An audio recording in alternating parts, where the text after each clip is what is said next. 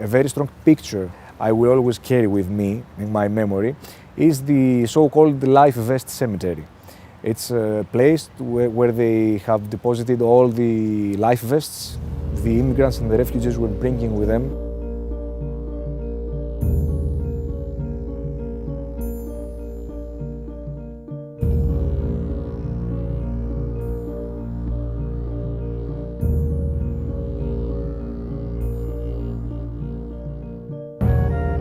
It's easy to talk about emotions, but when you are then thrown into the water and you feel the cold is a little bit different, you know. I mean, even if you imagine that the water would be cold, but then if someone is there and said, let's say, drags you along and says, give me your number, I want to, you need to help me, you know, I am desperate and so on. That of course is an experience not all of us have.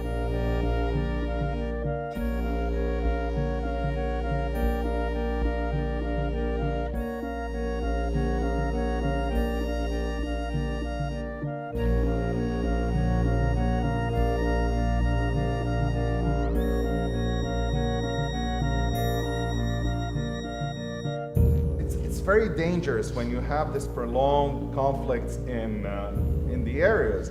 You are going to see failed states closer and closer to Europe. This protocol will basically put in place the same system that Greece and Turkey has, which is everyone who crosses illegally is returned to Turkey. I just showed you that almost all people who come into us for asylum come in this way. So if this is implemented, essentially we're going to bar the access to asylum procedure to most people who come to seek asylum in Bulgaria. Bulgaria is building a fence along its border. It's funded with public money. It's constructed without any tender procedure. Some companies are given hundreds of millions. Колкото стени да строиш, това няма да спаси положението да влизат бежанците. Напротив, ти с тия стени вдигаш мизата на каналджиите и увеличаваш корупцията, защото тези каналджии не могат да работят без да има някои зранца корумпирани. 7% of the migrants and asylum seekers said that they were subject to exploitation. People are desperate. Millions of children uneducated, millions of people don't have access to jobs.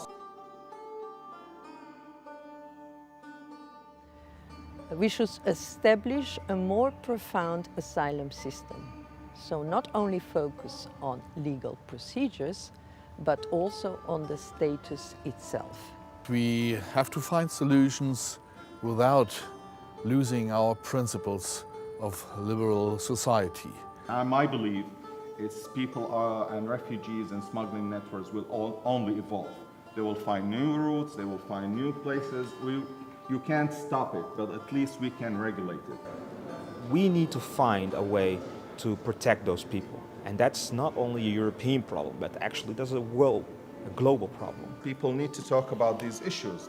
The reason we managed to keep the center open at the beginning was we went there and we showed them a face to the refugees. We went as Syrians, we talked to the local authority, to the local people. Look, this is who we are. This is the Syrians that you are afraid of.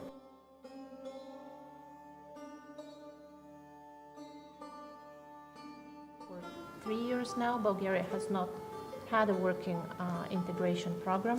The current situation is not sustainable, not in fact. The hard process is explaining this to the public. If you don't have local support, you can't succeed. You know, if people don't want you, you can't do it. You can't force refugees up their throat. Your goal is to have refugees choose freely where to live. On the other hand, you said that you want to avoid ghettoization. How do you deal with this conflict? So I would focus on few points that are really manipulative and they are being even promoted on European level, and it's good to know. What would happen if this Turkey deal collapses? The issue is of much greater significance than any single national government can decide.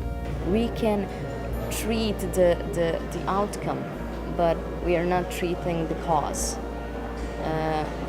I think that not only the Balkans, but not only Europe, I mean the whole world should start doing something